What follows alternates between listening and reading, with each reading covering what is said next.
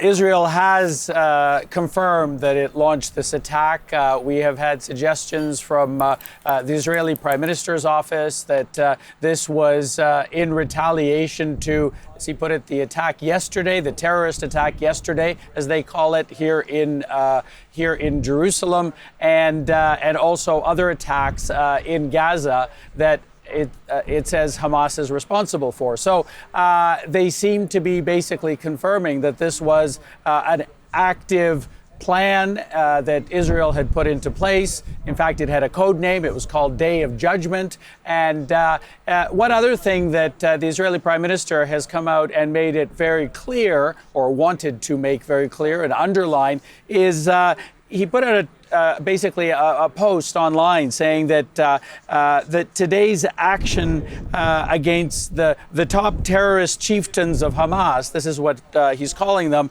was wholly independent. In other words, nobody else was involved.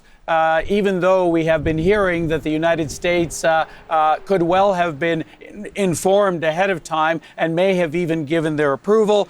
Israel says it initiated it, Israel conducted it, and Israel takes full responsibility. So no question that this was carried out by Israel and what the goal was. The goal being to take out, to kill the two top negotiators and the rest of the negotiating team that was meeting in Qatar to, in fact, discuss the proposal that both Israel and the United States was pushing Hamas to accept, which would have potentially ended the war in Gaza. That seems to be off the table at the moment.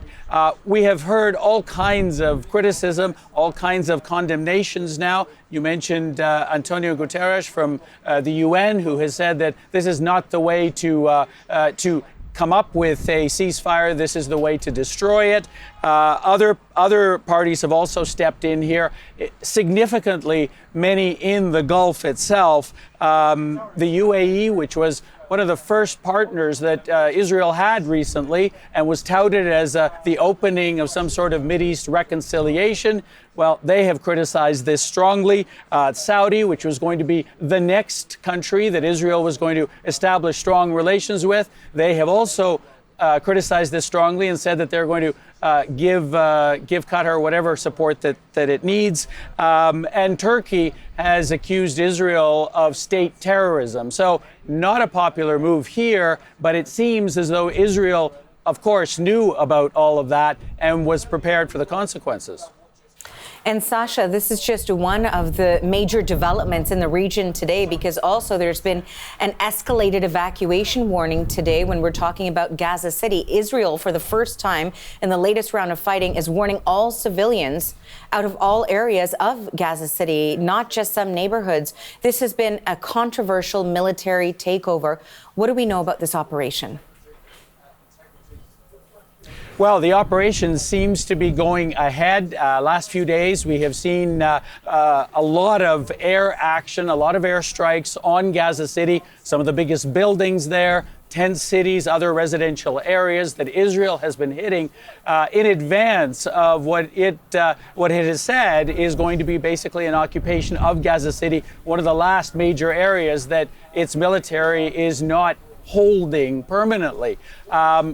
We have seen that. They have been trying to get civilians out so that they can push in the tanks and the other equipment and the troops that Israel has been preparing for there, and has said that basically this could happen at any time.